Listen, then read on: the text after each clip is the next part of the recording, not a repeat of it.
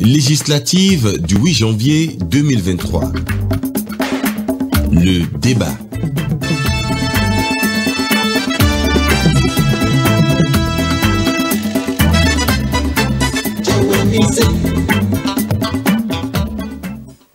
Mesdames et messieurs, bonjour.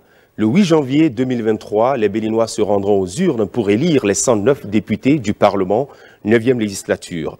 Pour ces élections, les 7 partis politiques en lice, présentement en campagne électorale sur l'ensemble du territoire béninois, pour dévoiler leur projet de législature et rallier à leur cause le plus grand nombre d'électeurs, confrontent dans un débat radio-télévisé leurs idées. Et nous y sommes.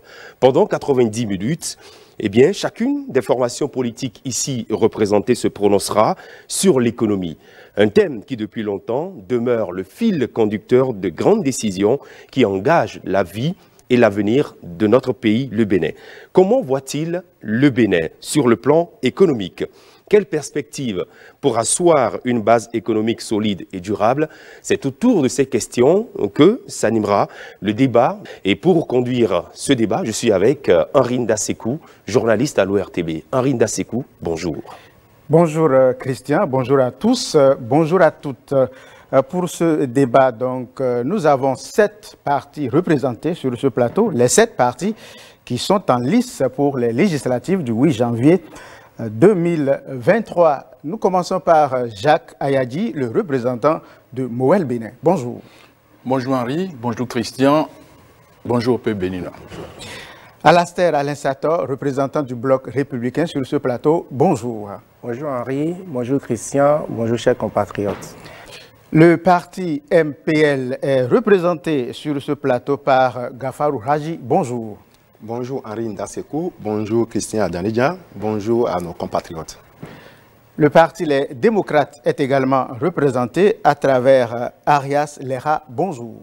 Bonjour Henri, bonjour Christian, bonjour à nos chers téléspectateurs, bonjour au peuple béninois. Prosper Adoukonou représente ici le parti, la FCBE. Bonjour. Bonjour Henri, bonjour Christian, bonjour téléspectateurs. Brice Konou représente le parti UDBN, Bonjour. Bonjour Henri, bonjour Christian, bonjour chers débatteurs, bonjour au peuple béninois. Et enfin, l'UP Le Renouveau qui est représenté par David Wensa. Bonjour. Bonjour Henri, bonjour Christian, bonjour chers compatriotes. Voilà, ainsi présenté l'ensemble des débatteurs dans cette thématique liée donc à l'économie. Et nous allons commencer par la toute première question, une question qui s'adresse à tous les représentants de partis. Et nous allons commencer par le représentant du parti Bloc républicain, Alastair Alain Sator. L'économie béninoise a fait face à une série de chocs exogènes ces dernières années. On rappelle la fermeture des frontières avec le Nigeria, la pandémie du coronavirus, la guerre russo-ukrainienne. Et selon le gouvernement béninois, l'économie béninoise a été résiliente grâce aux efforts de tous les Béninois. Que vous inspire cette affirmation? Merci Christian. Je dois commencer par dire que c'est une affirmation qui m'inspire beaucoup de satisfaction. Ça ne vous a pas échappé que le Bénin, à l'instar des autres pays de la communauté internationale, a fait face à une conjoncture internationale difficile, marquée notamment par la conjonction d'un certain nombre de facteurs que vous avez rappelé tantôt, la Covid-19, la guerre en Ukraine, et particulièrement des conditions aggravantes pour le Bénin, que sont la fermeture en temps des frontières du Nigeria et le déplacement massif des populations dans les pays situés au nord du Bénin en lien avec la menace djihadiste, ce qui, entre-temps, a causé un déficit céréalier important dans ces pays que le Bénin, malheureusement, doit pouvoir combler avec sa production locale. Alors, face donc à cette situation difficile, le gouvernement du Bénin n'est pas resté les bras croisés. Le gouvernement a apporté des réponses fortes, énergiques et puis très volontaristes, et notamment des réponses portées par des subventions par ici, le blocage ou le gel de la variation des prix par là, Et globalement, notre économie s'en est très bien ressortie avec un taux de croissance à l'atterrissage en 2020, au cœur même de la crise de la Covid, à 3,8%, dans les conditions où la plupart des pays comparables ou bien comparateurs du Bénin se trouvent être en récession. Et c'est un exploit qu'il faut saluer, c'est ça la résilience, la capacité d'une économie à absorber le choc et à en ressortir. Et en 2021, nous sommes remontés à notre performance d'avant, c'est-à-dire 7% de taux de croissance, et cette année, nous nous inscrivons plus ou moins dans la même dynamique. Voilà la performance qui est importante de saluer et qui prouve effectivement que notre pays a construit sur ces dernières années une économie résiliente, capable de surmonter des chocs qui, justement, ont enfoncé beaucoup de pays dans la récession. La même question que nous vous adressons, Gafaro Radji, représentant du parti MPL. Que vous inspire l'affirmation des gouvernants selon laquelle l'économie béninoise a été résiliente face à ces différents chocs? Merci beaucoup. Il serait un peu déplacé de notre part de ne pas reconnaître les efforts fournis par le gouvernement béninois pour contrer un peu les chocs que nous avons eus, notamment les chocs liés à la Covid-19, et les chocs liés à la guerre en Ukraine et aussi la fermeture des frontières avec le Nigeria. Vous savez, l'État n'est pas producteur de la richesse. L'État offre les canaux, un environnement sain pour pouvoir permettre à ce que la richesse soit produite par des investissements privés. Et là-dessus, je salue aussi les efforts que le gouvernement a fait dans ce sens-là, en permettant à ce qu'il y ait des investissements massifs dans le secteur de l'industrialisation. Je vais prendre le cas, par exemple, de le Golo-Digbé, par exemple, tout ce qui est fait là-bas. Il faut aussi reconnaître l'effort du gouvernement par rapport, pour contenir un peu la Covid à travers les appuis directs, les mesures pour geler ou conforter un peu les prix des denrées alimentaires. Tout ça a contribué à ce que nous puissions véritablement passer le cap. Et c'est ça justement la résilience d'une économie. Cependant, il est à souhaiter que, puisque l'État ne produit pas de la richesse vraiment, il est à souhaiter que les mesures entreprises subissent d'extension. Et quand nous parlons d'extension, c'est que vous allez observer que c'est dans la même période, pendant que le gouvernement fait des efforts, que les tâches ont été suffisamment créées encore. Voyez, c'est dans la même période que, pendant qu'on parle de la possibilité pour la population de survivre aux affres de la Covid et de la guerre russo-ukrainienne, que c'est dans la même période qu'on a constaté aussi qu'il y a eu de nouvelles tâches qui ont été créées. Et ça, ce n'est pas forcément pour aider les populations à s'en sortir. L'économie béninoise est dépendante du secteur agricole et du commerce formel et informel. En réalité, donc, si on devrait avoir il devrait y avoir des mesures, c'est faire de l'incitation à ce qu'il puisse y avoir de la production. D'accord, les productions qui ont été faites au Bénin, une mesure a permis à ce que ces productions soient bloquées, ne soient pas envoyées dans d'autres pays pour permettre aux populations de survivre. Mais il faut aussi déplorer que le gouvernement a fait preuve un peu de laxisme dans la gestion de la crise avec le Nigeria, puisqu'on ne peut pas avoir ce géant voisin à côté et alors souffrir des affres de la Covid ou des mesures ou de la guerre russe. Donc je pense que, en bref, c'est ce qui lui retient qu'on peut rapidement citer pour pouvoir dire. Mais je rappelle que vraiment des efforts suffisants ont été faits pour aider la population à passer le cap. Nous sommes à présent avec le parti Les Démocrates, représenté par Arias Leha, sur la même question. Je vous remercie, monsieur le journaliste. Je voudrais d'entrée de jeu saluer tout le peuple béninois pour les efforts consentis personnellement et individuellement, où qu'ils soient, par rapport à tout ce que nous avons vécu depuis 7 ans. Depuis 7 ans, il n'était pas possible pour nous d'être avec vous ici, de pouvoir opiner, de donner notre opinion. Aujourd'hui, c'est possible. Nous vous remercions pour l'avancée. Une lueur d'espoir commence par s'installer pour l'inclusion par rapport à ces élections aujourd'hui. D'entrée de jeu, je voudrais aussi faire noter une chose. Le gouvernement actuel n'est pas venu connaître une crise. il y a eu une alternance normale qui a eu lieu et qui devait permettre à ce gouvernement d'avoir le temps de préparer tout ce qui peut arriver. Le choc est arrivé, on a parlé de Covid, on a dit, aujourd'hui j'entends que l'économie, elle est résiliente, d'autres disent même, osent dire que l'économie se porte bien. Je voudrais savoir une chose, la bonne santé économique d'un pays se repose sur un facteur majeur, c'est l'emploi. Et est-ce qu'il y a l'emploi aujourd'hui au Bénin? Je dis non. Puisqu'il n'y a pas l'emploi, on se permet de faire de la logomachie en disant qu'on est dans la résilience. Des peuples ont transcendé tout ça. On a vu d'autres pays, par rapport aux différentes crises qui viennent d'être évoquées par mes collègues ici présents. D'autres pays ont répondu favorablement, ont bien agi. Et les pays comme le Togo, le Sénégal, un peu partout, ont donné de la bonne réponse. Ici, on a pris tout le temps à dire on va faire ceci. Il y a eu de l'argent d'ailleurs pour la crise. N'oubliez pas que les bailleurs ont donné ce qu'il fallait donner pour nous accompagner. Qu'allons-nous faire de cela? Nous avons appris. Nous avons appris et c'est pas nous. Les rapports qu'on a laissés, qu'on nous a laissé savoir que les fonds Covid, par exemple, ont été gérés un peu dans ce que j'appelle un peu du dédale.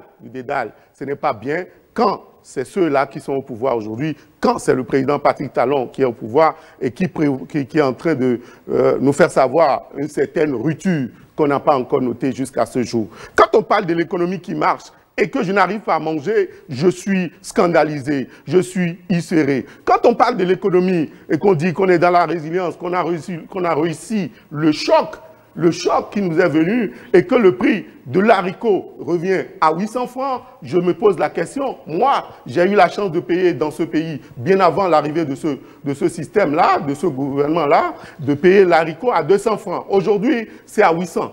Et un haricot de luxe que nous aimons tous manger lors des périodes des fêtes, le doiwé, communément, le doiwé que tout le monde connaît, que vous me permettez d'utiliser notre langue pour que tout le monde puisse savoir de quoi je parle, coûte aujourd'hui 4 000 francs. Je ne peux pas manger, mes parents ne peuvent pas manger, donc je dis reste à faire. Merci. Nous sommes avec vous, Jacques Ayadji, du parti Mouel Bénin. Merci, j'aurais dû vous répondre en une phrase. Mais ce que j'ai entendu avant moi m'amène à aller au-delà de la phrase. Sinon, vous parlez d'affirmation du gouvernement selon laquelle l'économie béninoise est restée résiliente. Ce n'est pas une affirmation du gouvernement, c'est un fait, c'est du factuel, c'est du pas-pas, c'est ce que tout le monde a vu et c'est le point de vue des Béninoises et des Béninois honnêtes. Peut-être que les illusionnistes peuvent penser qu'on peut créer de l'emploi dans un pays sans créer la richesse. L'emploi est généré par la richesse. Il faut que le Bénin, notre pays, mette en place un système pour créer la richesse. Et c'est au bout de cette richesse qu'on peut espérer avoir de l'emploi. Ceux qui font des incantations pour dire qu'il n'y a pas d'emploi, alors qu'ils ne réfléchissent pas pour savoir ce que notre pays va faire pour créer la richesse, ils sont à côté de la plaque. Ce que le gouvernement de la rupture est en train de faire, c'est de mettre en place le socle de la création de la richesse par la mise en place des infrastructures de base. Vous savez que lorsque vous ne produisez pas ce que vous consommez, et que vous ne consommez pas ce que vous produisez, vous ne pouvez pas créer de l'emploi. Et pour créer de l'emploi, pour créer de la richesse, il faut penser à l'industrialisation. Et cette industrialisation n'est pas possible sans la mise en place des infrastructures de base. Et si vous observez bien le gouvernement du président Patrick Talon, c'est ce qui se fait depuis 2016. Nous sommes en train de gagner le combat de l'énergie, un combat sans lequel on ne peut jamais industrialiser notre pays. Nous sommes en train de gagner le combat de la mise en place des infrastructures de base. Donc, la création de l'emploi est en marche, mais méthodiquement, parce que ça ne peut arriver qu'à la suite donc, de la création de la richesse. Je voudrais vous remercier pour cette première question. À l'UDBN, nous sommes avec Brice Poum. Votre réponse. Merci Christian. Merci au peuple béninois qui a su toujours prendre les chocs du côté positif. Nous sommes sur ce plateau pour la plupart des universitaires, mais je préfère parler un français très dilué parce que je parle au peuple béninois, qui n'a pas un niveau très élevé. La question dont il s'agit est que le Bénin, depuis quelques années, a été confronté à des situations. Le peuple béninois, vous avez tous vu, au moment où les frontières du Nigeria ont été fermées, ce que le peuple a vécu. Vous avez vécu avec nous la pandémie de Covid-19 et la guerre russo-ukrainienne. Toutes ces situations ont eu des facteurs assez éprouvants sur l'économie béninoise. Mais le peuple a su s'adapter. Le peuple a su s'adapter parce que le gouvernement a pris des mesures. Le gouvernement a pris de très belles mesures pour accompagner le peuple, pour gérer cette situation. Il est vrai, tout n'est pas bien. Nous en avons souffert et nous continuons d'en souffrir. Mais me dire par exemple que le haricot était à 200 francs et est passé à 800 francs, cher peuple, vous êtes là, vous êtes dans le marché, vous comprenez. Nous ne sommes pas là pour dire des choses qui n'arrangent pas le peuple. Nous sommes là pour dire la vérité. Et c'est dans ce schéma que l'UDBN, notre parti, s'inscrit totalement. Notre parti a décidé de révéler la vérité au peuple béninois. Le gouvernement a fait des efforts et qu'il faut saluer. Il y a eu des exonérations. Le fonds de Covid a été distribué aux artisans. J'en ai eu des preuves. Il y a plein de trucs que le gouvernement a fait et moi je salue. Il est vrai qu'il reste à faire. C'est dans ce schéma que nous nous inscrivons pour participer à cette mandature, à la 9e législature, afin que les choses se fassent de la meilleure façon avec le peuple et pour le peuple. Merci. Merci.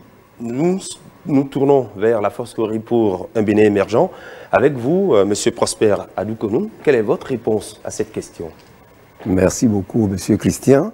Je vais commencer par le modèle économique dont vous avez parlé au début. Vous aviez posé la question de savoir quel modèle économique qu'il faut pour le Bénin.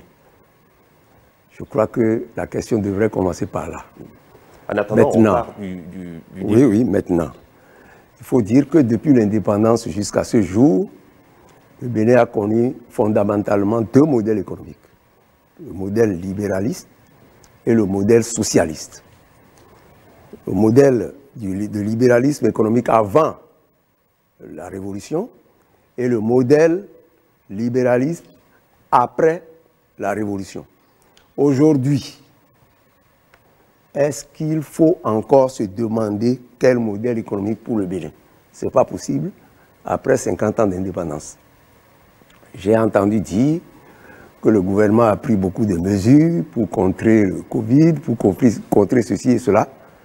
Je pense que pour une économie résiliente, il faut aller dans le panier de la ménagère.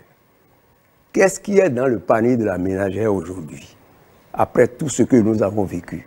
C'est vrai, le gouvernement a tenté de faire des efforts, mais est-ce que ces efforts-là sont suffisants? Je crois que non. Aujourd'hui, la misère a gagné du terrain. Et pour juger, pour qualifier une économie de résiliente, il faut que la misère recule dans le pays. Malgré tous les chocs que l'économie subit, la misère devrait reculer. Mais aujourd'hui, la misère n'a pas reculé. Non seulement la misère n'a pas reculé, mais beaucoup de Béninois ne mangent plus les 3 repas par jour. Et ça, je crois que nos amis ne vont pas me démentir. Donc, en gros, il faut dire que notre économie se cherche encore, ce qui ne devrait pas être le cas après 50 ans d'indépendance. Ce n'est pas possible. Donc aujourd'hui, nous pensons qu'il faut que le gouvernement fasse beaucoup d'efforts pour dire que l'économie béninoise reste résiliente là. Il faut encore beaucoup d'efforts de la part du gouvernement. Je vous remercie. Merci beaucoup. Et pour cette première question, nous allons vous écouter David Ouinsa, représentant de l'Union progressiste Le Renouveau. Merci Christian. Et il faut appeler un chat un chat. L'économie béninoise a été bien résiliente face au choc qu'elle a subi. Parce que nous parlons de l'économie. Et les performances sont là pour le prouver. Donc, satisfaction totale. Mais ce que cela m'inspire dans notre perspective de parlementaire, c'est que la 8e législature a accompagné le gouvernement dans ce processus. J'en veux pour deux preuves. La première, les lois de finances qui ont été votées de 2019 à 2022 ont connu un accroissement progressif. Par exemple, la loi de finances de 2021 et celle de 2022, il y a eu un accroissement de 8,7% pour le budget. Ça veut dire que pendant cette période, les parlementaires ont compris la pertinence des mesures proposées par le gouvernement pour lui donner les moyens pour pouvoir assurer donc les mesures qu'il faut pour alléger la situation donc des couches vulnérables qui sont victimes de ces chocs. Il y a eu également en 2020 et en 2021, en octobre, respectivement, et le vote de la loi des finances rectificative qui a permis en 2020, par exemple, de remanier le budget pour accorder plus de ressources pour la lutte contre la pandémie de Covid. En 2021, en octobre, il y a eu également une loi rectificative de budget qui a permis d'avoir un accroissement d'environ 21% par rapport à la loi initiale. Ça veut dire que les parlementaires ont accompagné le gouvernement. Et je dis, lorsque nous sommes dans une situation de crise comme celle-là, lorsque les mesures proposées sont pertinentes, il est important que le Parlement, dans son rôle de vote de loi et de contrôle de l'action gouvernementale, accompagne le gouvernement. Voilà ce que je dis. Alors, chers invités, la deuxième question est un peu liée à la première.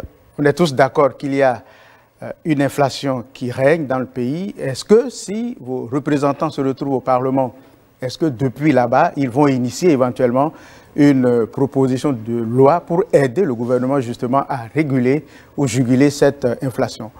Alastair Alessator du Bloc républicain.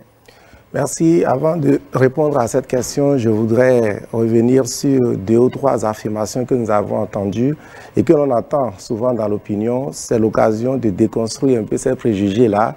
J'ai entendu dire que les impôts sont très élevés au Bénin.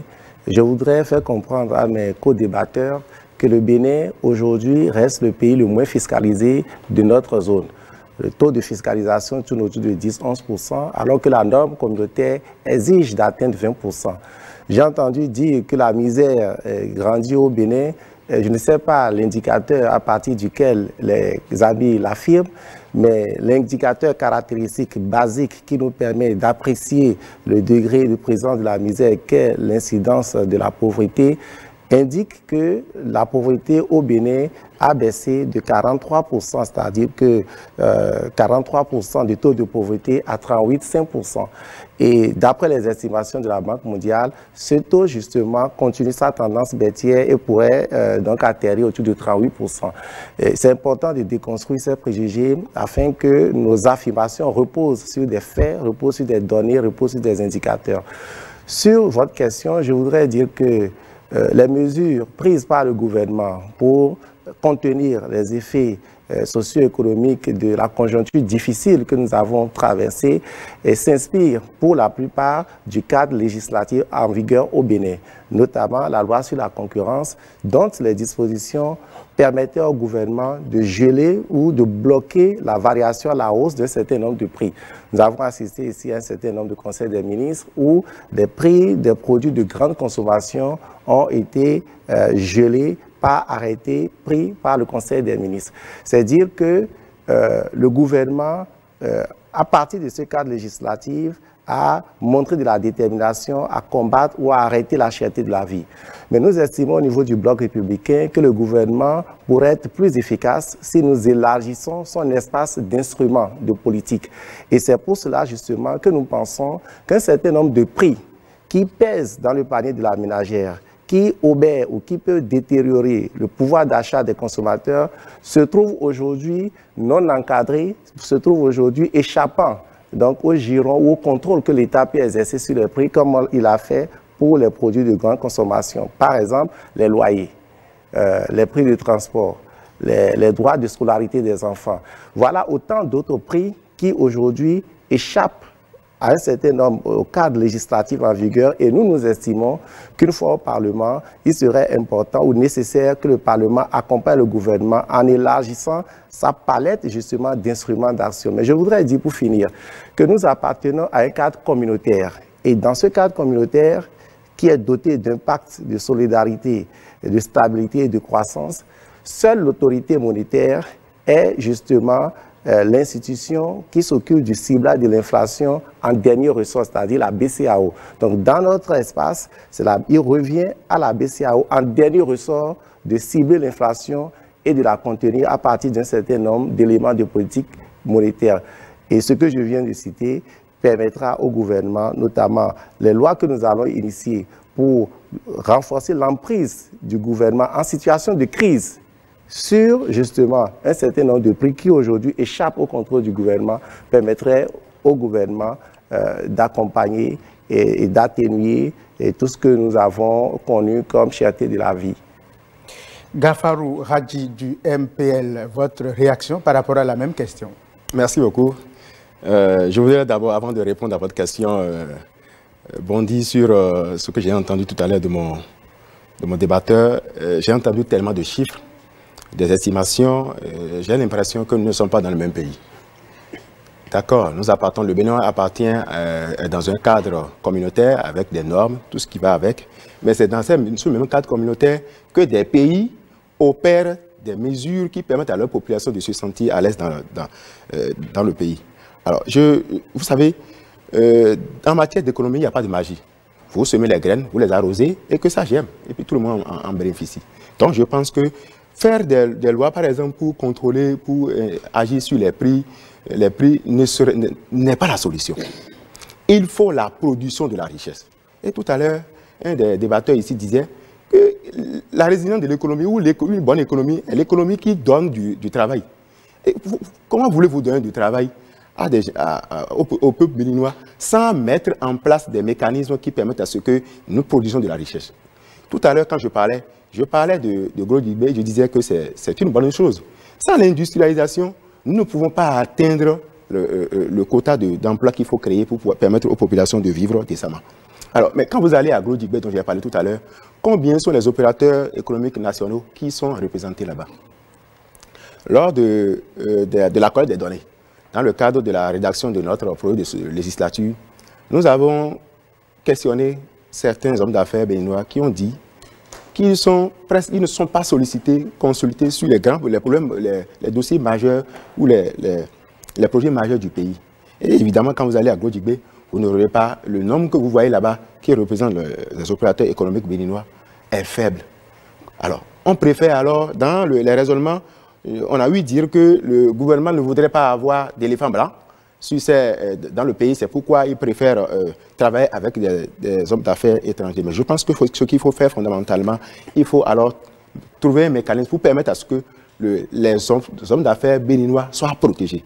Je voudrais, pour répondre à votre question, dire que l'initiative économique ou financière est exclusivement réservée au gouvernement. C'est le gouvernement qui définit la politique économique et, bien entendu, le député, le parlementaire que nous sommes, mettra son œil pour pouvoir contrôler un peu ce que le gouvernement fait. Il ne serait donc exister de loi de finances qui permettra, émanant du gouvernement, du Parlement ou d'un député ou même d'une commission des lois pour pouvoir, de l'Assemblée nationale, pour pouvoir contenir ce qu'il faut faire dans le cadre de la régulation du marché. Cependant, nous pouvons nous assurer que tout ce que le gouvernement met en place va dans l'intérêt majeur de la population. Et ça, c'est ce que nous pensons faire une fois au Parlement. Prendre des mesures qui protègent les nationaux, qui protègent les hommes d'affaires béninois pour que même si on doit alors partager le marché avec d'autres personnes, qu'il y ait la possibilité que nous puissions faire une mutualisation des forces et ce faisant, les Béninois pourront véritablement apprendre, il y aura des transferts de compétences. Alors, je pense que notre économie, quand on parle de modèles, tout à l'heure j'ai entendu parler de modèles, les 3 modèles que nous avons déjà connus depuis 60. Aujourd'hui, je ne sais pas si le Bénin a encore un modèle fiable. Moi, nous pensons qu'il faudra alors aider le gouvernement à mettre une économie innovante Faites de diversité. Puisque tout à l'heure, quand je parlais, je disais que l'État ne peut pas produire de la richesse. Il faut permettre à ce que des hommes d'affaires produisent de la richesse. Et que nous parlons de la richesse, il faut que nous puissions avoir la possibilité de diversifier cette richesse-là. En allant peut-être, j'ai parlé de l'agriculture, du commerce, il faut alors multiplier les initiatives pour pouvoir permettre à ce que l'économie trouve réellement sa place et permettre à ce que les Béninois puissent se sentir à l'aise. Sinon, pour paraphraser un des champions des deux blocs qui ont fait le beau temps lors de la 8e législature, quand vous faites une photo de groupe, qu'est-ce que vous regardez premièrement? Vous regardez là où vous vous trouvez. Donc, alors, quand je dois parler d'économie, je regarde ma poche. J'ai entendu ici que les Béninois ne mangent pas 3 fois par jour. Je dis même celui qui parle de 3 fois, il est avancé. Hein, sinon, les Béninois mangent presque 1 fois aujourd'hui par jour. Et la seule fois dont on parle aussi, c'est du chemin de croix.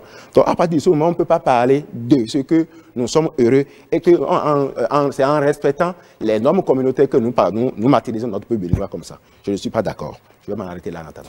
Arias Lera, représentant du parti Les Démocrates, votre réaction?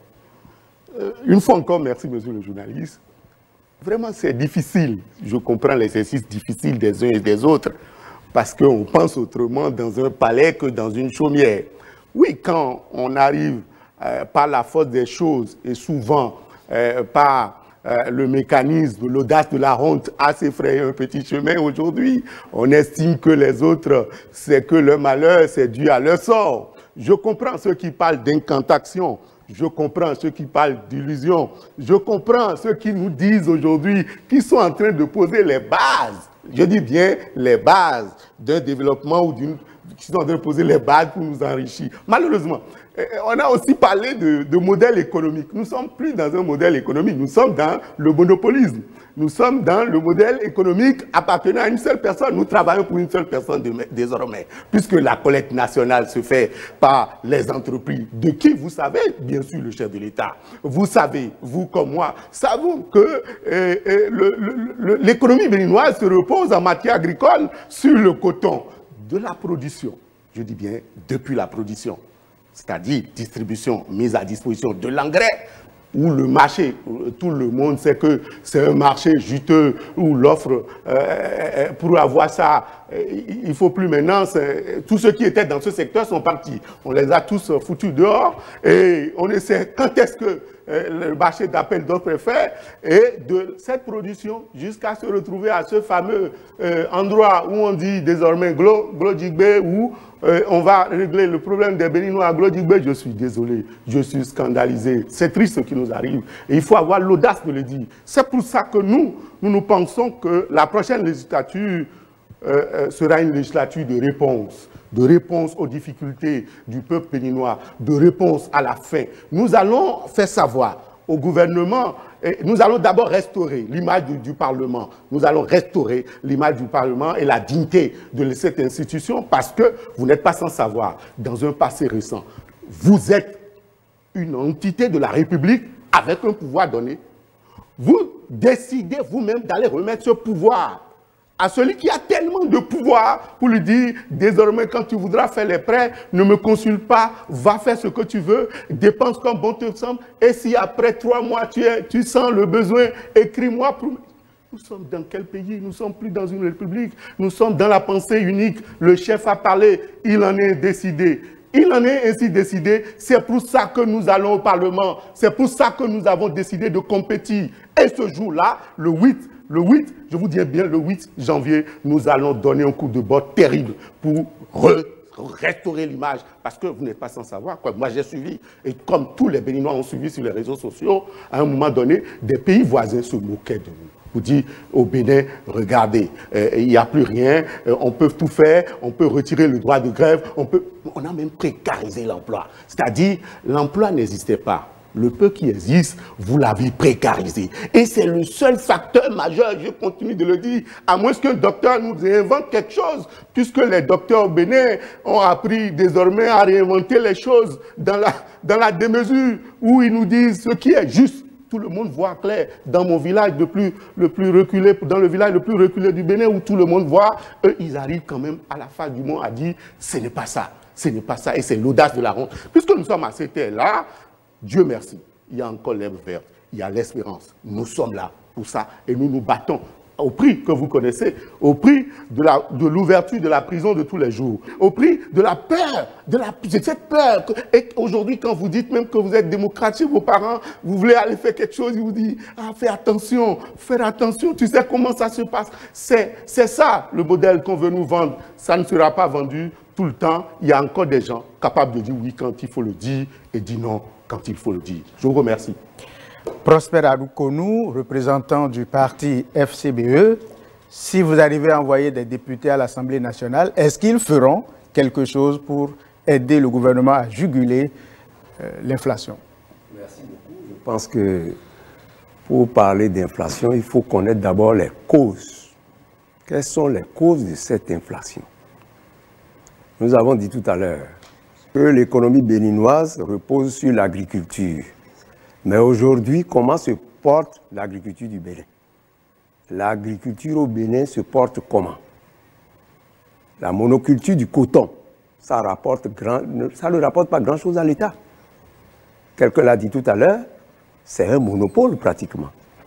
Et quand l'économie se trouve entre les mains d'un groupuscule d'individus, je pense qu'on ne peut pas parler de modèle économique. Si nous voulons faire le libéralisme économique, il faut ouvrir l'économie à tous ceux qui veulent participer à la richesse de ce pays. Je crois que nous ne sommes plus dans un modèle vraiment universel. Quand c'est quelques individus qui ont les principaux secteurs de l'économie en main, ce n'est pas possible. Vous parlez de l'inflation. Qu'est-ce qui crée l'inflation en fait? C'est lorsque l'offre est inférieure à la demande. Quand beaucoup de gens demandent quelque chose et qu'il y a une petite offre, le prix augmente. On parle de la guerre en Ukraine. Si cette guerre influence l'économie béninoise, c'est à cause de quoi? C'est parce que nous importons des céréales, l'Afrique en général, importe des céréales de l'Ukraine. Comment se fait-il qu'après 50 ans d'indépendance, nous ne pouvons pas être autosuffisants alimentairement? Ce n'est pas possible. Donc, l'inflation a une cause, et la cause, c'est, il faut imputer cette cause-là à la gestion de l'économie béninoise. L'économie béninoise, c'est une économie monopoliste, c'est-à-dire un groupuscule d'individus possède les grands secteurs de l'économie. Ce n'est pas possible. Ça ne peut pas créer l'emploi. C'est lorsqu'il y a beaucoup d'hommes d'affaires qui investissent que les emplois se créent. Mais quand on confine l'économie entre les mains d'une poignée d'individus, l'économie ne peut pas marcher. Donc, j'ai dit tout à l'heure que la misère augmente, mais quelqu'un a dit que c'est faux. Mais nous sommes parmi la population. Nous savons ce qui se passe. Et eux-mêmes, ils savent ce qui se passe.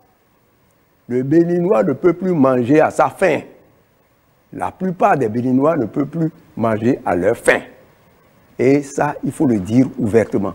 Le gouvernement doit prendre les mesures pour que l'économie marche, pour que les emplois se créent, pour que le Béninois puisse manger à sa faim. Je vous remercie.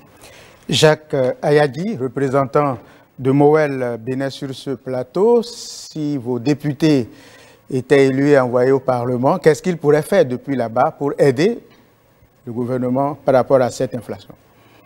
D'abord, pour ces élections-là, nous avons sorti, je crois que nous sommes les seuls, pour l'instant parmi les 7, à remettre entre les mains des électeurs un instrument pour nous juger. L'offre de législature de Moël Bénin.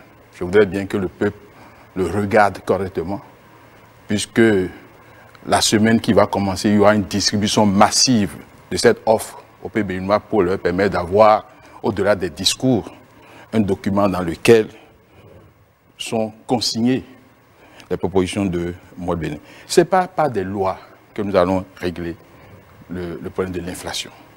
Vous savez que dans ce document, Moël Bénin prône le patriotisme économique qui consiste à produire ce que nous consommons et à consommer ce que nous produisons.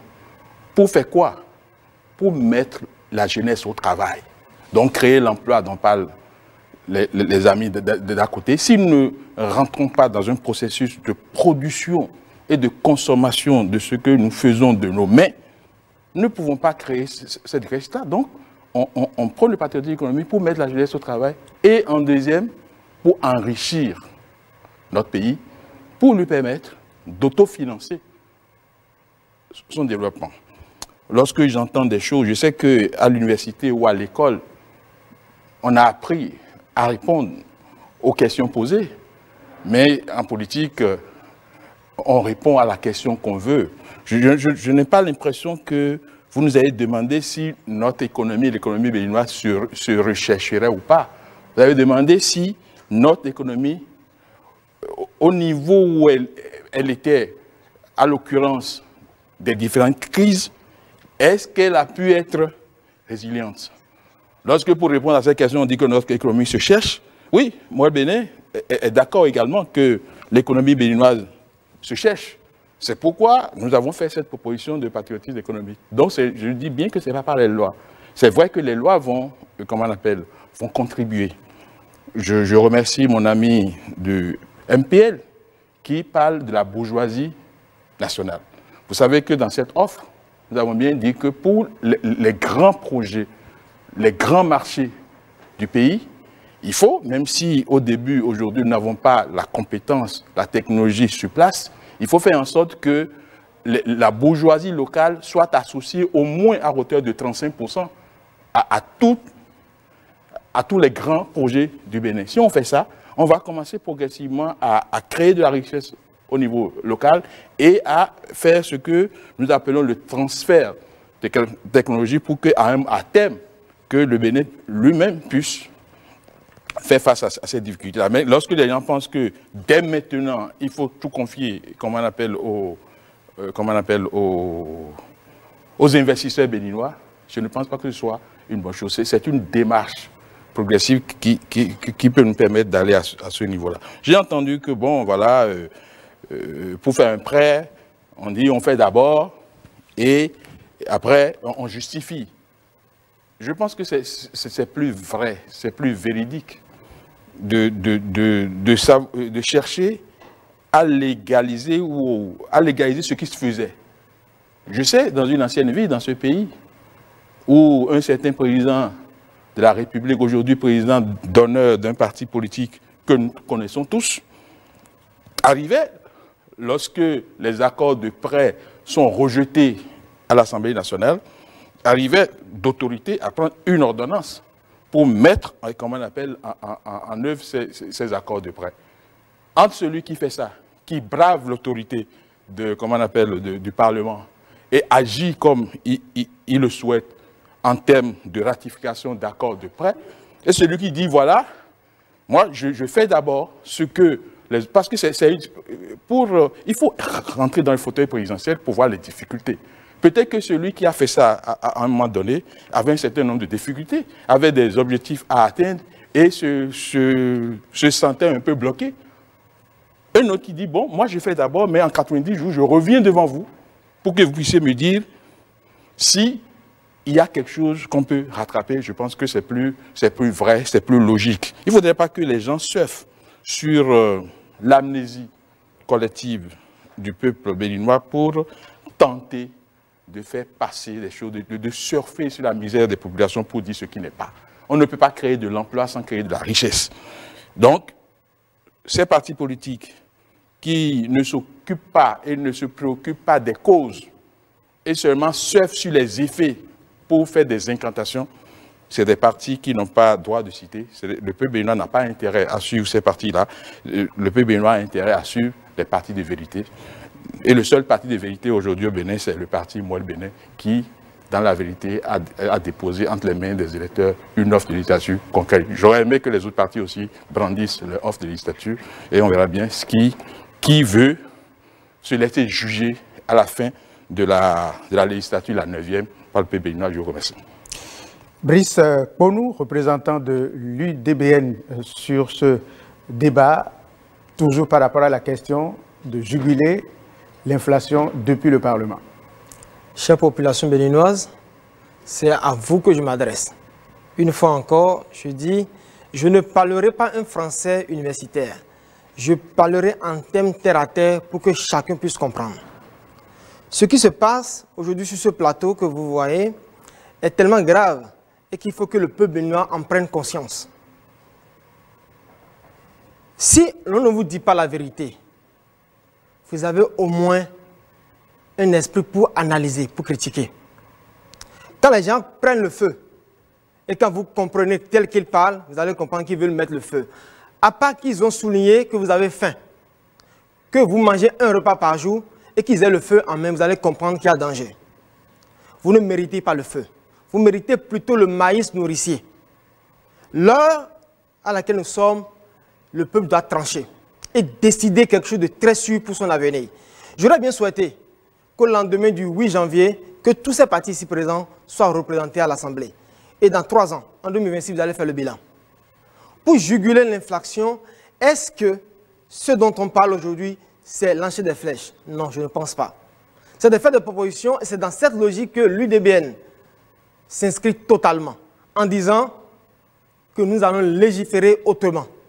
Nous allons légiférer autrement en amenant le gouvernement, en faisant des propositions de loi pour encadrer les investissements au Bénin, pour amener les investisseurs qui viennent investir au Bénin à employer les Béninois, à employer la main-d'œuvre locale au moins à 80%, pour permettre aux uns aux autres d'avoir de quoi manger. Mais surtout amener le gouvernement à mettre une politique de formation technique et professionnelle en œuvre. Parce qu'il faut dire, le Béninois n'est pas formé pour l'emploi actuel, malheureusement. Il faut qu'on adapte l'emploi. Il faut qu'on adapte, la formation à l'emploi. C'est une chose très importante et l'UDBN s'inscrit plutôt dans ça. Parce que c'est le parti des femmes et des jeunes.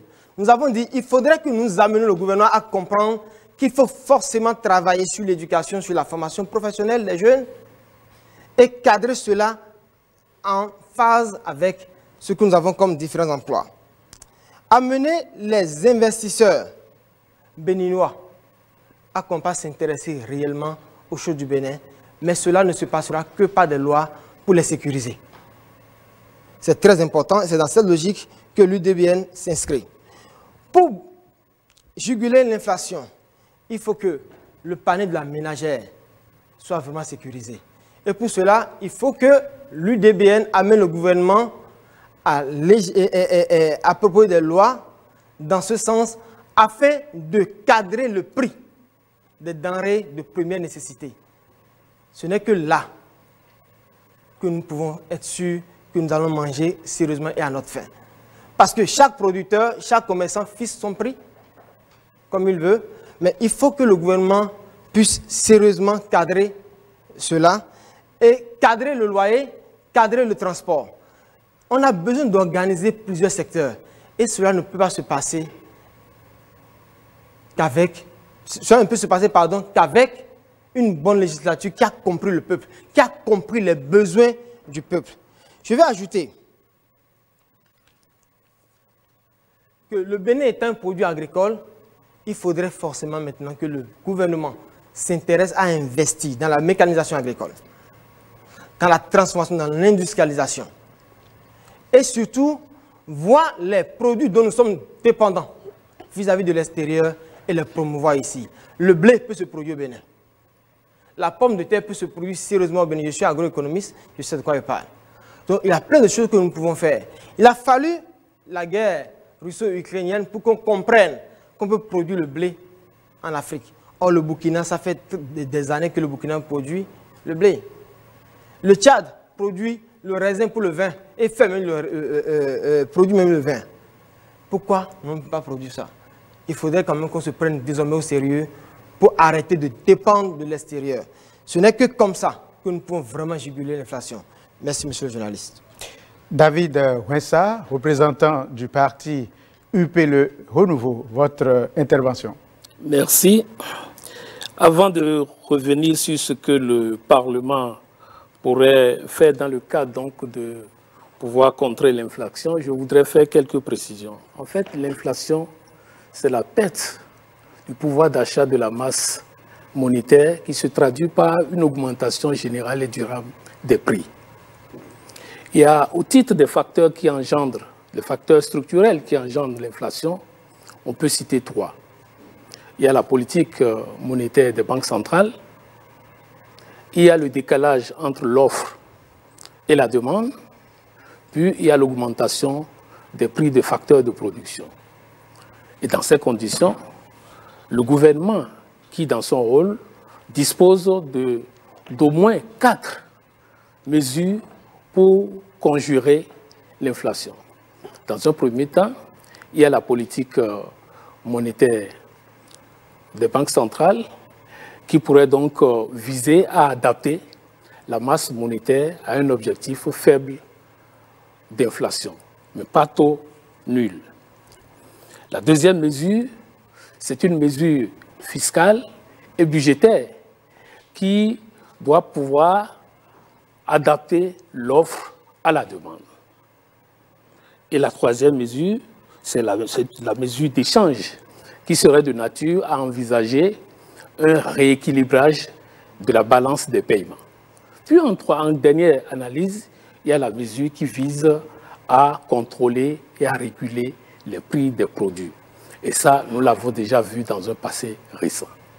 Mais dans ces conditions, qu'est-ce que le Parlement peut faire? Le Parlement peut être amené, dans le cadre de l'adoption des lois de finances, à prendre des mesures pour réguler l'inflation. Le Parlement peut également, dans le cadre des lois rectificatives, et prendre des mesures, en accord bien sûr avec le gouvernement, pour réguler l'inflation. C'est ce que nous aimerions dire pour le moment, mais nous reviendrons plus tard sur un certain nombre de choses que nous entendons ici, sur lesquelles il faut vraiment faire des précisions, parce que nous parlons non seulement au peuple béninois, nous parlons au monde en tout entier. Donc, merci. Merci beaucoup, Monsieur David Ouensa. Nous venons donc d'épuiser la deuxième question. Nous allons à présent passer à la troisième question. Et cette troisième question a rapport au budget général de l'État. Nous sommes au Parlement. Il arrive que les députés rejettent le projet de loi des finances et contraignent ainsi l'exécutif à gouverner par ordonnance. Chers représentants de partis, cette prérogative parlementaire vous agrée-t-elle malgré l'urgence de développement? Nous allons commencer par la toute première formation politique tirée au sort, le Bloc républicain, Alastair Alisato.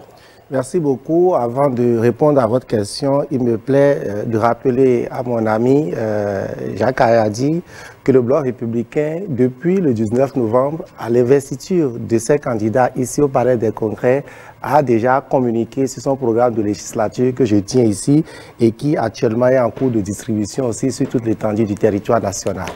Je voudrais aussi rappeler aux amis que lorsqu'on est en situation de crise, plus rien ne fonctionne normalement dans l'économie comme le prédit les modèles traditionnels, les modèles classiques. Nous pouvons justement avoir, j'ai entendu ici dire que s'il y a inflation, c'est parce que l'offre est inférieure à la demande. Non. Le Bénin, je voudrais rappeler, sur ces 2 dernières années, était le 2e pays producteur de céréales dans notre espace, avec un excédent céréalier important. Mais nous avons enregistré les situations, nous avons connu les situations que nous avons connues. En situation de choc, l'économie est bouleversée, l'économie est perturbée et même l'inflation peut être importée. Dans ce cas, comme je l'ai dit tantôt, il est important que le Parlement aille à la rescousse du gouvernement en dotant le gouvernement de l'espace d'instruments nécessaires pour justement atténuer les effets de la cherté de la vie ou de l'inflation. Des amis à côté ici ont carrément dénié même au Parlement sa capacité à aider le gouvernement en situation difficile. Si le gouvernement de notre pays a pu faire ce qu'il a fait en contrôlant les prix, notamment en gérant la hausse d'un certain nombre de prix de produits de grande consommation, c'est parce qu'il y a eu une loi sur la concurrence. Et comme le disons au niveau du Bloc républicain, cette loi n'intègre pas suffisamment de façon exhaustive l'ensemble des prix qui sont présents dans le panier de la ménagère. C'est pour ça, au niveau du Bloc républicain, nous allons fortement encourager la prise d'une loi de protection du pouvoir d'achat du consommateur de manière justement à intégrer un certain nombre de prix qui jusqu'aujourd'hui, en situation de crise, échappent au contrôle du gouvernement. Et j'ai rappelé par exemple les prix du transport, j'ai cité les prix ou les droits de scolarité, les prix de loyer, qu'il est important pour le gouvernement de pouvoir contrôler en situation de crise. Pour revenir donc à la question qui est posée, c'est malheureux qu'à un moment donné, le Parlement soit amené à rejeter le projet de loi de finances.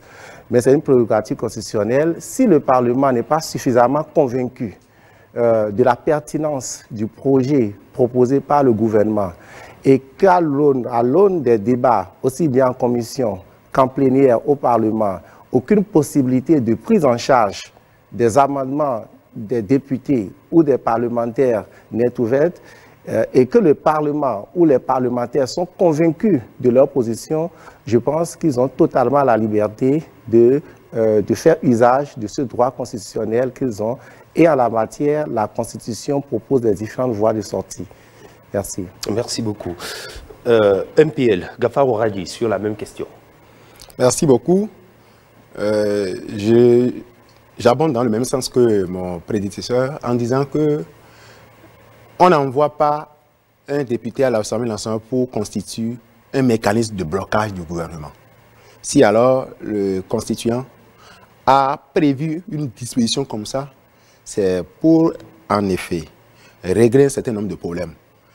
Comme il le disait tout à l'heure, si le budget rencontre l'assentiment des parlementaires et que les mesures qui ont été initiées dans le document de loi de finances sont des mesures qui peuvent permettre à ce que les populations puissent se retrouver. Parce que l'objectif, en réalité, le but d'un député, c'est défendre le peuple souverain qui lui a donné mandat pour aller au Parlement. Donc si ces aspects sont véritablement pris en compte, je ne vois pas pourquoi le député devra bloquer le gouvernement. C'est une disposition constitutionnelle. Nous ferons en sorte qu'elle ne soit pas utilisée de façon abusive. Je vais m'arrêter là. Voilà. Les démocrates, Arias Leha, sur la même question. Je vous remercie.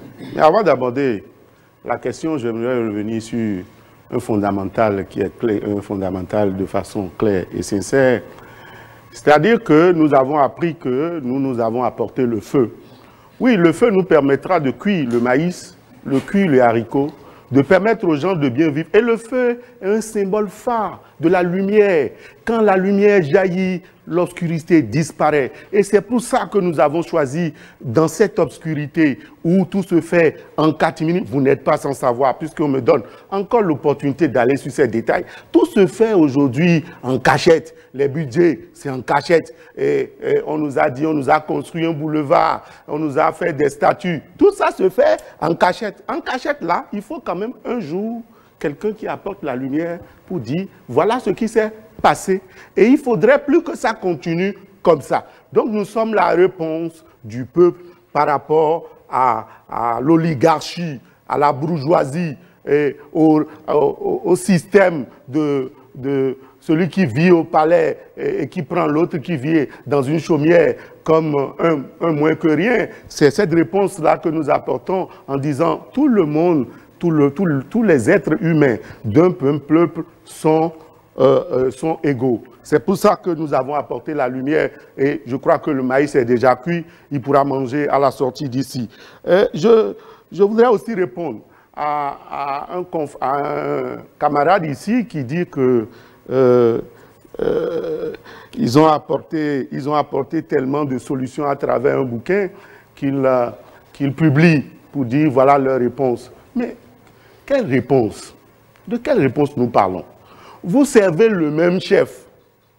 Vous publiez ou vous faites la propagande du même chef. Puis ce qui se fait, c'est du prêchi-prêcha. Le prêchi-prêcha, vous savez ce que ça veut dire. Ça veut dire simplement cette moralité qu'on veut faire véhiculer tout le temps et qui est ennuyeuse. Ça ne porte plus parce que les problèmes sont latents, se gangrènent chaque jour. Puis, ils sont allés loin. Ils sont allés loin là où je n'ai pas voulu qu'ils aillent parce que celui qui en parle, un grand responsable, un ancien syndicaliste pour qui j'ai beaucoup de respect et qui est allé au couvent aujourd'hui et qui gère un département qu'on nous dit dans la rue, on a apporté des solutions de construction de routes, mais ils ont oublié un fait majeur que je tenais à rappeler à travers mon intervention. À l'avènement du président Patrice Talon, il est allé à la télé lui-même dire que le gouvernement qui l'a précédé a passé des marchés à hauteur de 1200 milliards. 1200 milliards, que ce n'était pas sérieux, qu'il fallait qu'il fasse d'autres priorités en accordant 1200 milliards ou 400 milliards à d'autres secteurs. Et que ce n'était pas bien, que ce n'était pas joli, que ce n'était pas gentil, comment on peut faire des choses comme ça.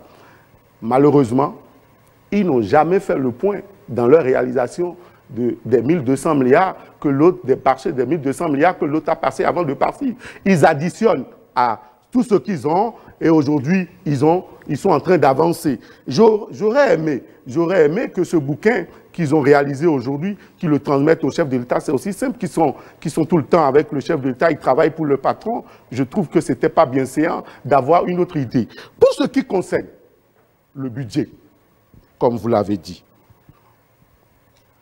le Parlement a le droit, ou le député a le droit d'opiner par rapport au budget qui lui a été présenté. Les directives de ce budget, il pourra opiner et s'il trouve que ce n'est pas bien, que ce n'est pas bien séant, que ça ne répond pas aux exigences du moment, il rejette le budget. Et si le budget est rejeté, la Constitution même donne le pouvoir au gouverneur de voter par ordonnance. Puisqu'ils ont dit que dans un passé, c'est par ordonnance. L'ordonnance est meilleure. Parce que quand le Parlement rejette... Merci beaucoup. Est-ce que j'ai fini mon temps? Arias Léas, vous avez fini votre temps. Vous êtes à 12 minutes. Merci beaucoup. Je vous remercie. On va poursuivre avec les échanges et nous sommes avec le parti Moël Bénin sur la question du vote du budget général de l'État et cette prérogative qui est accordée aux députés de rejeter le budget. D'abord, rapidement, les 1200 milliards, je suis très content qu'ils soient revenus là-dessus. C'était des marchés sans financement. Donc, sans financement, je le mets au défi de prouver au peuple béninois que les 1200 milliards incantés en 2016 étaient basés sur des financements bouclés. Donc, je ne vais pas perdre mon temps pour dire ça, mais qui sortent des marchés. J'ai entendu le Bloc républicain parler de production. Qu'on a été premier producteur et que normalement, si la production devait diminuer l'inflation, que ça ne serait pas le cas. Non, la production est une chose, la consommation en est une autre. Dans l'assiette du Béninois lambda, qu'est-ce qu'il y a là-dedans?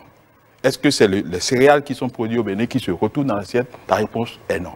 Donc, celui qui produit son céréale et qui est obligé, en vendant ses céréales, d'aller acheter des produits qui sont importés, il est obligé, bien que la production soit nationale, il est obligé de relever le prix. Donc, il ne faut pas prendre un pan du sujet et laisser l'autre. C'est pourquoi moi, Bénin parle de production de ce que nous consommons et en même temps, pas de consommation de ce que nous produisons. Si nous faisons en sorte que dans l'assiette du Béninois lambda se retrouvent nos productions, on n'aura pas l'inflation. L'ordonnance, moi je suis contre l'ordonnance. Et je le dis au peuple béninois. Et le fait de voter le budget par ordonnance, c'est une exploitation abusive par les chefs d'État que nous avons eu au Bénin, une exploitation abusive de l'article, je crois que c'est l'article 66 de la Constitution qui parle des mesures exceptionnelles. Lorsqu'un budget n'a pas été voté à l'Assemblée dans le délai, la Constitution a prévu que le gouvernement mette en œuvre un 12e provisoire. Il n'y a jamais été question de dire que bon, si le Parlement rejette un budget, il faut le mettre en exécution par ordonnance. Non, celui qui l'a dit et qui est d'un parti politique qui veut gouverner n'a pas appris à connaître notre Constitution. Lorsque vous déposez sur la table du Parlement un projet d'accord de prêt et que le Parlement rejette, l'article 66 ne vous permet pas de mettre en œuvre cet accord de prêt par ordonnance. Je ne voudrais pas épuiser tout mon temps, je vais revenir après. D'accord. Merci beaucoup à vous, Jacques Ayadji. À l'UDBN, qu'est-ce que vous pensez de cette question? Brice, pour nous. Permettez-moi de vous rappeler que le temps est une denrée très rare, sinon la denrée la plus rare. Car quand on le perd, on ne le rattrape pas. C'est au peuple de juger.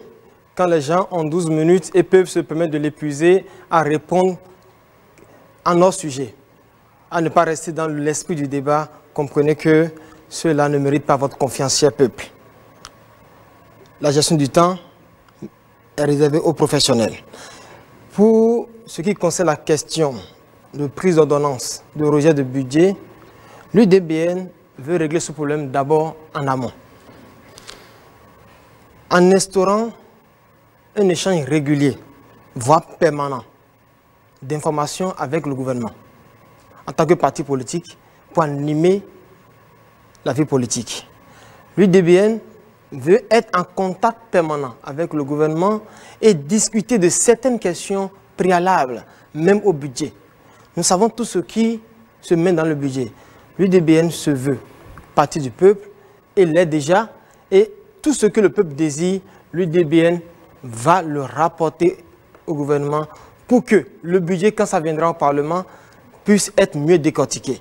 Si le député rejette le budget c'est parce qu'il y a des incompris, c'est parce qu'il y a des zones d'ombre que le gouvernement doit normalement éclairer.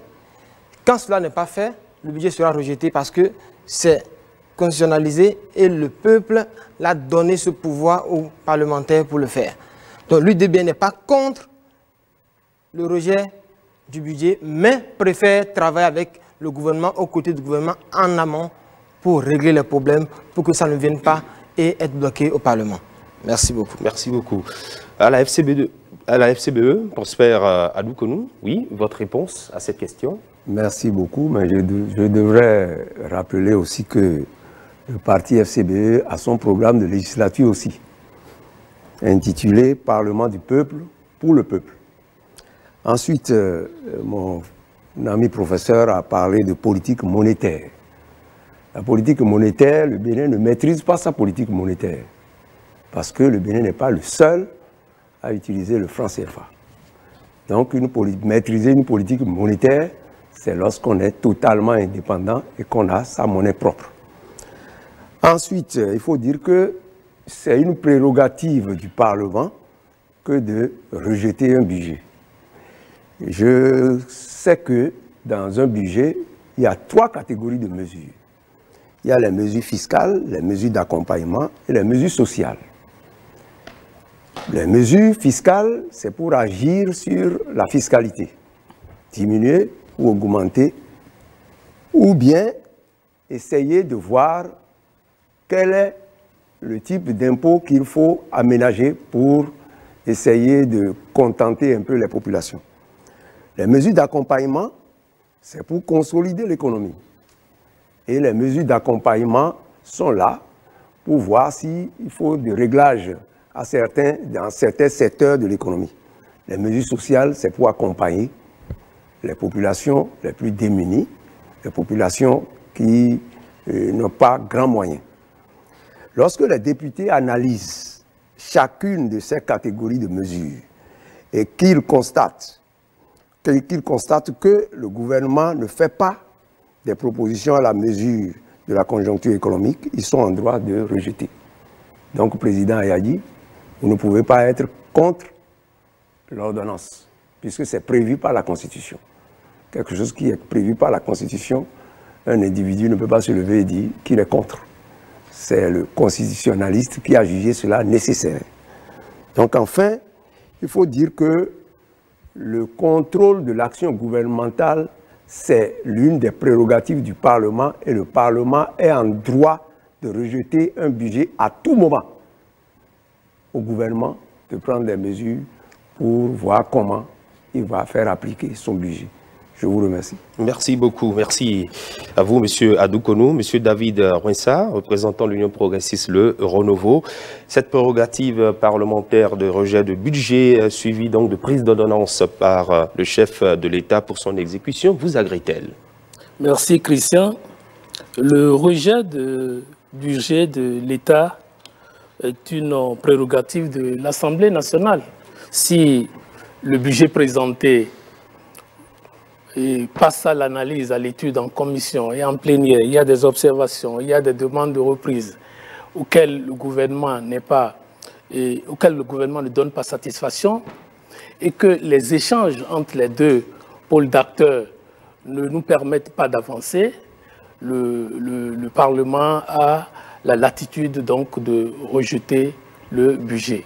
Mais ce qu'il convient de dire, j'estime que, en tant que futur parlementaire, il devrait y avoir un dialogue constructif et positif entre le Parlement et le gouvernement pour qu'on évite ce genre de situation, parce qu'en réalité, il y a des inconvénients à la mise en œuvre d'un budget par ordonnance. Parce que dans un budget, il y a le budget général de l'État, le budget de fonctionnement, il y a le budget d'investissement. Et la mobilisation de ressources pour la partie investissement est assurée aussi bien par l'État que par les partenaires techniques et financiers. Et lorsque le budget doit être exécuté par ordonnance, ça ne permet pas aux bailleurs de fonds de se sentir en sécurité pour pouvoir apporter les ressources nécessaires à la mise en œuvre du budget. Donc, je crois qu'il y a des éléments, des aspects qui sont tels que l'on devrait essayer de trouver des solutions pour éviter la mise en œuvre d'un budget par ordonnance. Quatrième question donc, chers invités, pour ceux qui ont encore du temps. Selon vous, quel modèle économique faut-il pour le Bénin aujourd'hui? On commence par Alastair Alissator du Bloc républicain.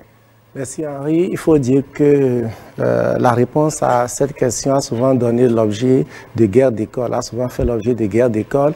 Mais je voudrais rappeler brièvement que dans la pratique, nous avons un ensemble de modèles économiques, de modèles de développement qui cohabitent.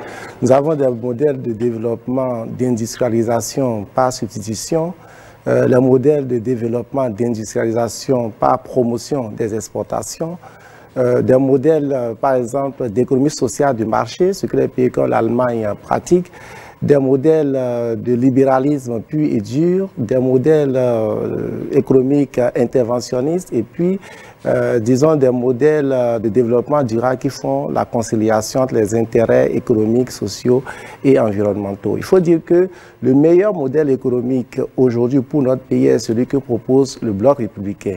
C'est un modèle qui s'inspire des valeurs du Bloc républicain, c'est-à-dire un parti libéral de droite et qui croit justement à la libre expression, à la libre entreprise, à la liberté donc de l'initiative privée, mais qui perçoit l'État dans un rôle régalien, au-delà de ce rôle régalien, donc de justice, sécurité et défense, mais l'État comme étant un agent régulateur, stabilisateur de l'économie qui participe à la promotion du bien-être social. À partir de ce moment, le Bloc républicain offre un équilibre entre le marché et l'État, donnant à chacun de ces agents, selon le principe de subsidiarité, le rôle ou lui affectant le rôle dans lequel il est le plus efficace. Voilà le modèle qui convient au Bénin. Je vous remercie. Gafarou Hadji du MPL, selon vous, quel est le modèle économique que le Bénin devrait adopter? Merci beaucoup Henri.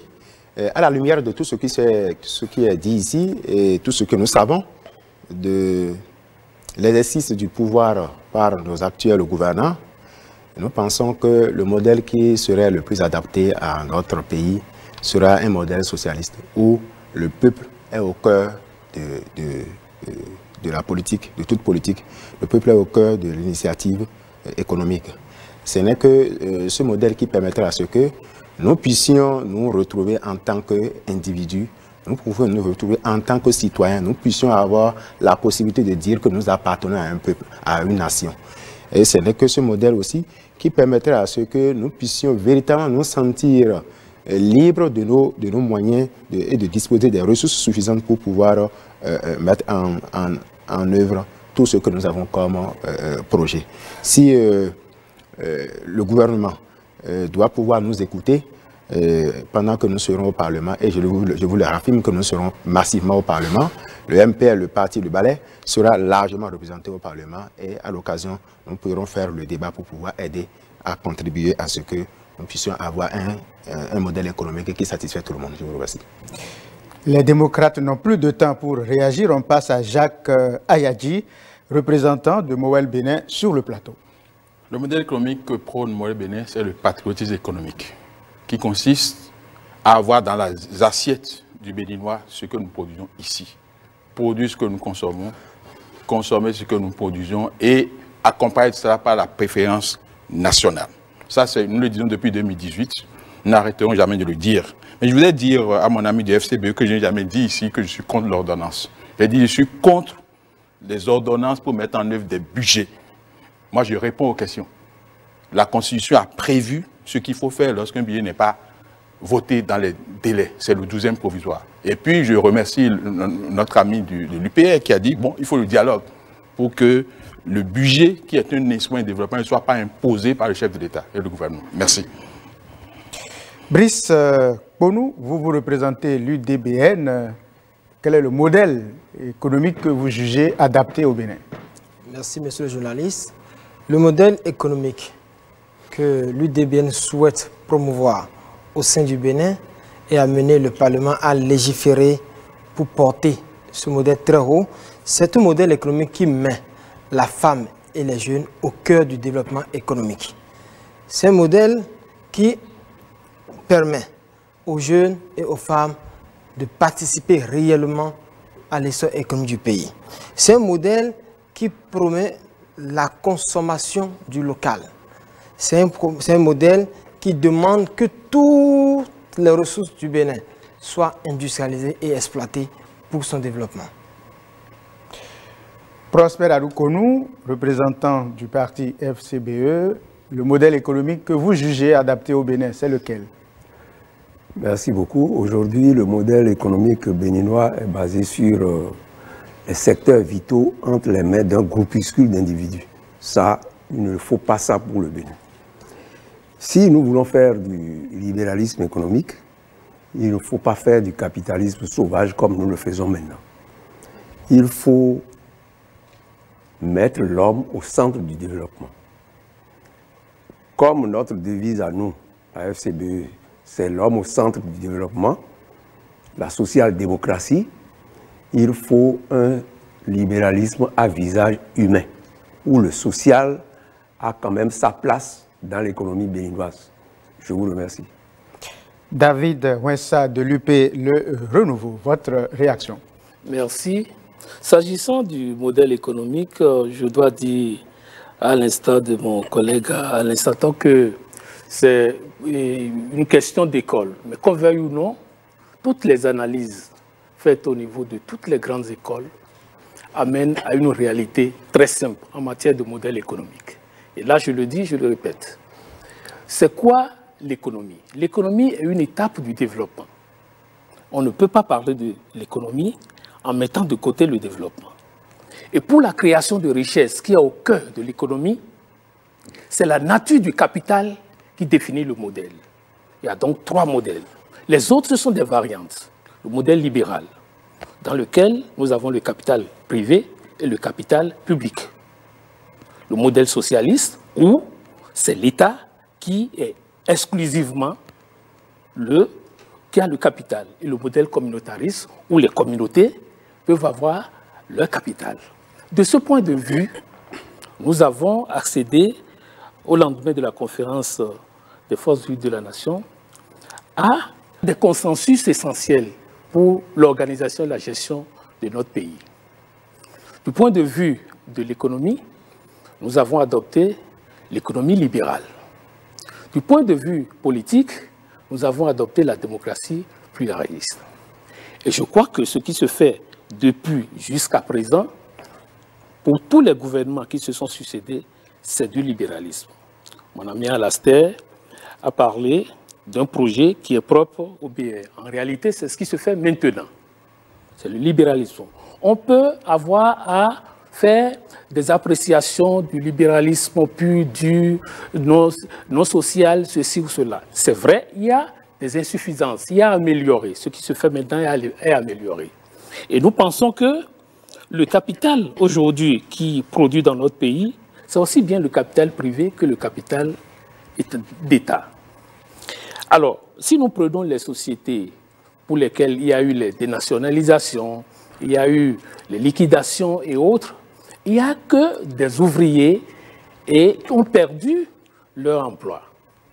Et ça, je crois que dans notre système, dans notre modèle économique que nous voulons, il doit y avoir des mesures pour alléger la situation des ouvriers et de ceux qui ont perdu leur emploi. Je donne un exemple concret. Alors, on pourrait envisager une compensation ou une indemnisation pour ceux qui ont perdu leur emploi à concurrence, par exemple, de 60% pendant 1 an. Et pendant cette période, on essaie de renforcer les capacités de ceux qui ont perdu leur emploi pour leur permettre d'être employés dans d'autres secteurs où ils ont des aptitudes. Ça se fait dans les pays, dans les grands pays, où les gens ont pu accumuler et ont fait des réserves. Comme ça, on pourra faire en sorte que le taux de chômage soit réduit. Et je reviendrai tout à l'heure pour la question de l'employabilité. Le taux de chômage serait réduit et les questions d'aménagement du panier de la ménagère pourraient être résorbées par l'indemnisation qu'on va payer. Donc, le modèle économique en cours pour l'Union progressive, le renouveau, est un modèle libéral qui est conforme à ce que nous avons adopté, mais qui mérite d'être amélioré par ce que nous venons de dire. Merci.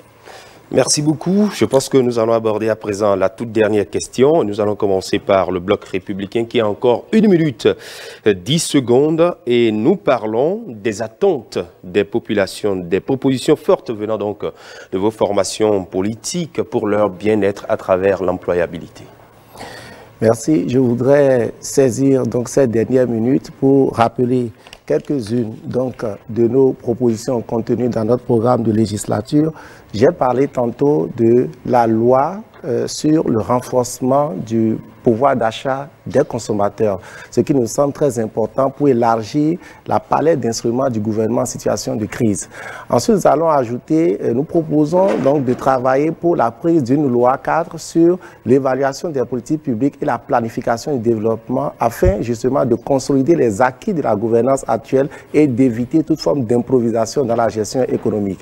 Enfin, je voudrais dire que nous allons travailler pour promouvoir la prise d'une loi sur l'activation du fonds d'appui à l'enseignement et à la formation technique et professionnelle.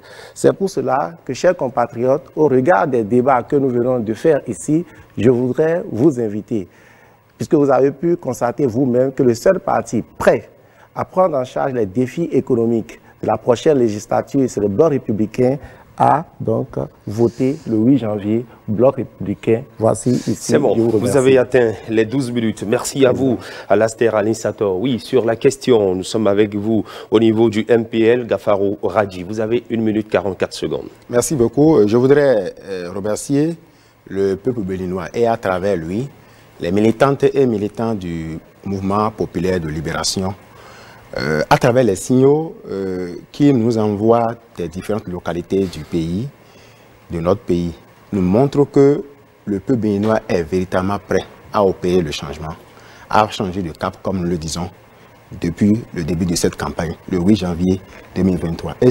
Et le choix qu'il faut est celui du balai. On connaît tous le rôle du balai. Faites donc en sorte, chère population, que notre Parlement soit véritablement nettoyé et balayé. Aux jeunes qui auront la possibilité de voter pour la première fois, je voudrais leur dire de ne pas se tromper de combat, de ne pas se tromper de cible. La cible est le balai.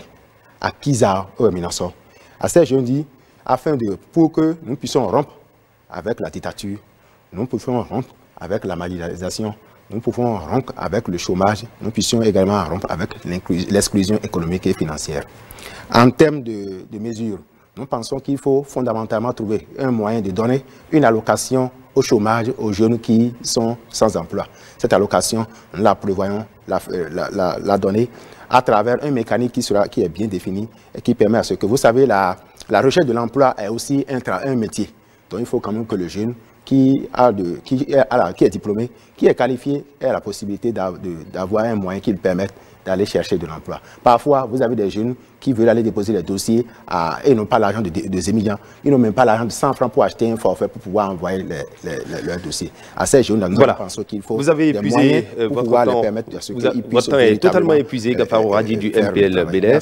Les démocrates n'ont plus de temps depuis la troisième question. Eh bien, nous allons passer au parti Moël Bénin avec Jacques Ayadji. 44 secondes pour vous. C'est le seul parti qui a une offre claire. Voter pour la vague bleue. Voter pour la vague bleue, c'est voter pour l'inclusion.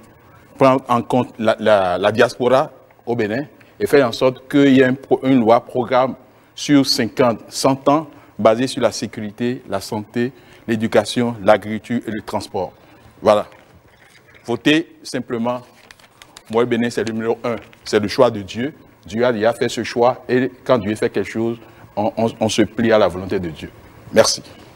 Merci beaucoup. Vous avez fini, il vous reste encore quelques petites secondes. Écoutez, nous avons quand vous maîtrisez quelque chose et vous le dites simplement, et vous n'avez pas besoin de trop de temps pour le dire, donc j'offre mon temps peut-être aux démocrates pour pouvoir dire quelque chose de plus. Le temps est épuisé. Merci beaucoup à vous, Jacques Ayadji. Brice Konou de l'UDBN, vous êtes à 9 minutes 16 secondes. Vous avez la parole. Merci, monsieur le journaliste. J'aimerais dire au peuple béninois qui nous écoute, qui nous suit à présent, que l'UDBN est le seul parti sur les 7 en lice qui a un leader qui est une femme. Et le rôle de la femme dans un ménage, vous le savez. Parce que quand nous parlons d'économie, le noyau de l'économie, c'est le ménage. Et le ménage, c'est souvent géré par la femme. C'est elle qui sait comment utiliser les fonds pour satisfaire le mari, les enfants. Faites confiance à l'UDBN, qui est le symbole du maïs nourricier, qui a décidé de permettre au peuple béninois de ne plus avoir faim, de quitter la misère, et ce, définitivement. Donc, j'invite le peuple béninois tout entier à sortir de leur maison le 8 janvier pour porter leur voix au maïs nourricier, pour nous permettre d'atteindre le développement économique dont nous parlons ce jour. Merci à vous. Il vous reste encore un peu de temps? C'est bon. C'est bon. Merci beaucoup. Nous allons passer maintenant au parti Force Cori pour un Bénin émergent avec vous, Prosper Adoukonou. Vous êtes à 8 minutes 34 secondes. Bon, je voudrais demander au peuple béninois de voter pour FCBE. Voter pour FCBE, c'est rompre avec un parlement monocolore, un parlement qui n'a qu'une seule voix, qui ne contrôle pas l'action gouvernementale. Ce n'est pas possible. Il faut voter FCBE pour que la loi sur l'embauche soit complètement revue. Ce n'est pas possible que les licenciements se fassent à tour de bras dans un pays. Un parlement qui joue réellement son rôle de contrôle de l'action gouvernementale. Donc voter FCBE, c'est remettre un peu le Bénin sur l'orbite internationale et que les gens ne nous regardent pas comme un pays de dictature. Il faut voter pour FCBE pour que le Parlement soit digne de ce nom. Je vous remercie. Merci à vous. Le reste de votre temps, vous le laissez. On continue et nous allons boucler avec David Wouinsa qui a moins de 2 minutes au niveau de l'UP Le Renouveau. Merci. Et en termes de propositions, nous disons que l'Union progressive Le Renouveau au Parlement va proposer des lois ou bien va supporter les lois que le gouvernement aura proposées et qui vont dans le sens de la consolidation de la démocratie, du renforcement de l'état de droit et de la transformation positive donc, du pays. Donc, c'est dans ce sens que nous irons. Nous aurons 3 thématiques. Nous avons 3 thématiques que nous proposons. Relever les défis majeurs qui sont liés à l'insécurité, qui sont liés à la pression démographique, qui sont liés au changement climatique et qui sont liés à la pandémie de Covid, mais qui, à travers chaque secteur, va pouvoir faire en sorte que les populations aient accès aux services sociaux de base, qu'il s'agisse de l'éducation, de la formation, de l'emploi, de la santé, de la sécurité, l'eau, l'électricité, l'assainissement, ainsi de suite. Alors, nous aurons également aussi à proposer que l'économie soit essentiellement focalisée sur la production locale de façon à inverser la balance de paiement. Alors, mais de façon assez holistique, il y a 4 outils qui permettent à un gouvernement de gérer le pays. Vous avez 30 secondes. Alors, nous montrons ici le programme que nous avons, qui est en perspective et qui va être finalisé et qui est basé sur trois piliers. Le capital humain, le développement du capital humain, la gouvernance et l'agro-industrie, l'industrie, le tourisme et les services. Merci. Merci beaucoup. Cher Christian Adam-Dejan, chers invités, nous avons eu pour ce débat relatif aux législatives du 8 janvier 2023 7 représentants de partis politiques, Jacques Kayadi de Mowel Bénin, Alastair Alain Sator du Bloc républicain, Gafarou Radji du MPL, Arias Leha du Parti Les Démocrates, Prosper Adoukonou du Parti FCBE, Brice Ponou de l'UDBN et David Wensa du Parti UP Le Renouveau. Voilà, merci beaucoup. Merci, chers téléspectateurs, de votre attention. Bonne soirée. Législative du 8 janvier 2023. Le débat.